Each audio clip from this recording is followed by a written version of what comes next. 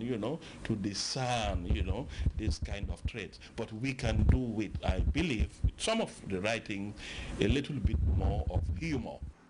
On Gambian Literature Day, several books published by Gambians were exhibited. Not all the books were bought. However, the likes of Jainaba Fati said, the more Gambian writers write, the better for students.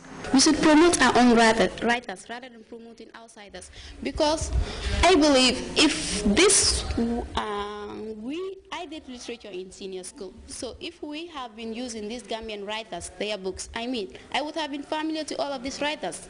But the most unfortunate thing is like we're using other writers not even knowing their origin. We should know our own writers, promote them, be familiar with them, and they in turn can help us. A tour around the other side of the library, the Gambian section, to be precise, revealed some interesting facts.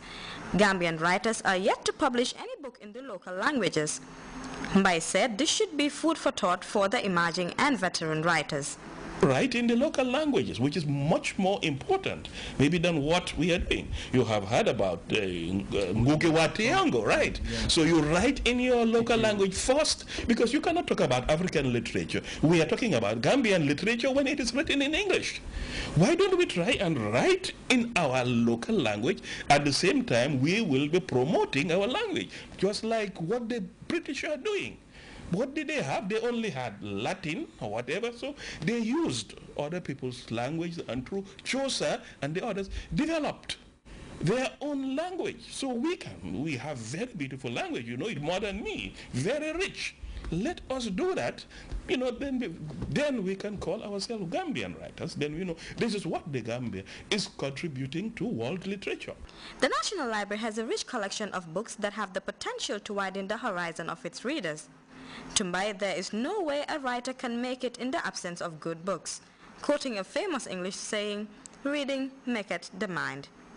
To have good Gambian writers, and as I have made it clear to even budding writers, you cannot be a writer without being an avid reader.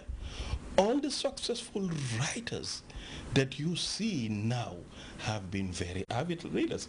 Even here, you talk about it, here in the Gambia, the readers, the writers, the good writers, very good writers that you have here, have always frequented the library.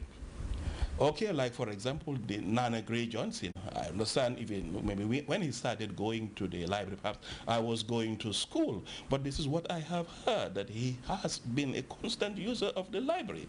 There is also this Dio Foster, somebody who has written, you should read that book, a very, very good, fantastic book. We used to call this child a bookworm. He would always, from after school or even whenever she is on break, at the library, to read and read and read. For Gambians really to come up with good books, they really have got to read and read and read. The summer holidays are almost over. The library attracts many students who capitalize on the serene environment to read or do something meaningful. Things are now changing. Instead of chattering and engaging in gossip, a lot of students are also beginning to focus their attention on issues that have a bearing on their academic studies, rather than abstract subjects that are obscure. Weekend Spectrum. Well, and the Director General of the National Library, Abdul Wadi Boy, has soured praises on 3 Gambian writers. That's Dio Foster, Maudou Sabari, and Nana Gray Johnson. Just underlining the importance of reading, especially for those going to school. Well, yes, more indeed. And the likes of Mamadou Sabali, who is considered one of Gambia's emerging writers. Well, I think a lot of students now are making good use of the National Library. I think it's evident in the report. We see a lot of students who are very much interested in not only reading their notes in the library because it is quiet, but also having to read other materials of the library, and including our very own Gambian writers. Okay, that's impressive. Indeed.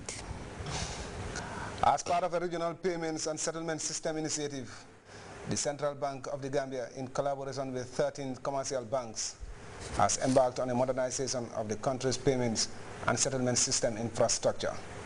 As we hear in this report, these reforms will have far-reaching consequences on the Gambia's financial and banking sector and will bring it in line with international standards. The Central Bank of the Gambia is the main regulator of the banking and financial industry in the country. It instituted a series of reforms to modernize this sector and bring it in line with international standards. The bank, under the leadership of its governor, Amadou Koli, recently embarked on the modernization of the Gambia payments, clearing and settlement system infrastructure. This initiative, according to Governor Koli, is part of the central bank's strategic vision of modernizing the payments, settlement and clearing system. Take this pause, of modernizing the payments and settlement system into a world-class standard comparable to the rest of the world. African Monetary Institute, which is based in Accra in Ghana, in collaboration